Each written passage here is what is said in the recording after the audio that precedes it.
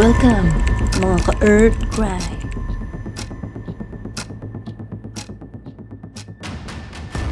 Hindi ka makakalakad ng malayo sa Japan nang hindi natitisod sa isang koban o tinutukoy sa Ingles bilang isang kahon ng pulisya.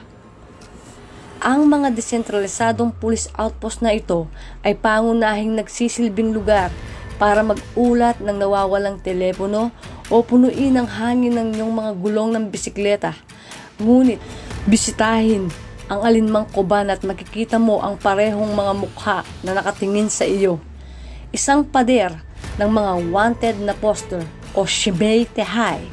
Ang bawat larawan ay may pangalan, edad at anumang kilalang pisikal na katangian ng kriminal at maaaring magalok ng cash reward na hanggang 6 na milyong yen o mahigit kumulang sa 2 milyong piso sa pera ng Pilipinas. Ang ilan sa mga poster ay kahit na hindi maganda ay gumagamit ng software upang mahulahan kung ano ang maaaring itsura ng tao ngayon batay sa inaasahang pagtanda. Si Osaka ay miyembro ng Japan Revolutionary Communist League National Committee na tinatawag na Chokaku-ha, a middle-core faction. Siya ay inilagay sa listahan ng mga wanted noong 1972 matapos kasuhan ng murder, assault at iba pang mga pagkakasala. Ayon sa pulisya noong Nobyembre 14, 1971 sa panahon ng isang demonstrasyon ng mga estudyante at iba pang aktivista na nagpoprotesta sa pagpapatibay ng isang kasunduan ng Japan at US. Sa pagbabalik ng Okinawa na naging riot, inatake niya si Tsuneyo Nakamura.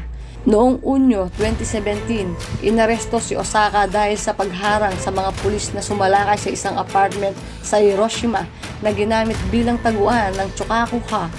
Habang naghahanap ng kapwa-aktivista, kinasuhan nila siya ng obstructions bago natuklasan ang kanyang pagkakakilanlan sa pamamagitan ng DNA test.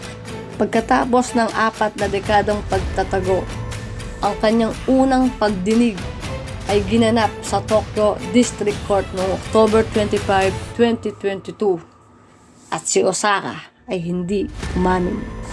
Iginiit niya na siya ay inosente at hindi nagkasala. Hiningi ng mga taga-usig na siya ay atulan ng habang buhay na pagkakabilanggo. Ngunit sa huli, ang 74 years old na si Osaka Masaaki ay inatulan ng 20 years na pagkakabilanggo. Please like, subscribe, and hit the bell button para sa susunod na story na aking ibabahagi. Maraming salamat mga ka-Earth Crime.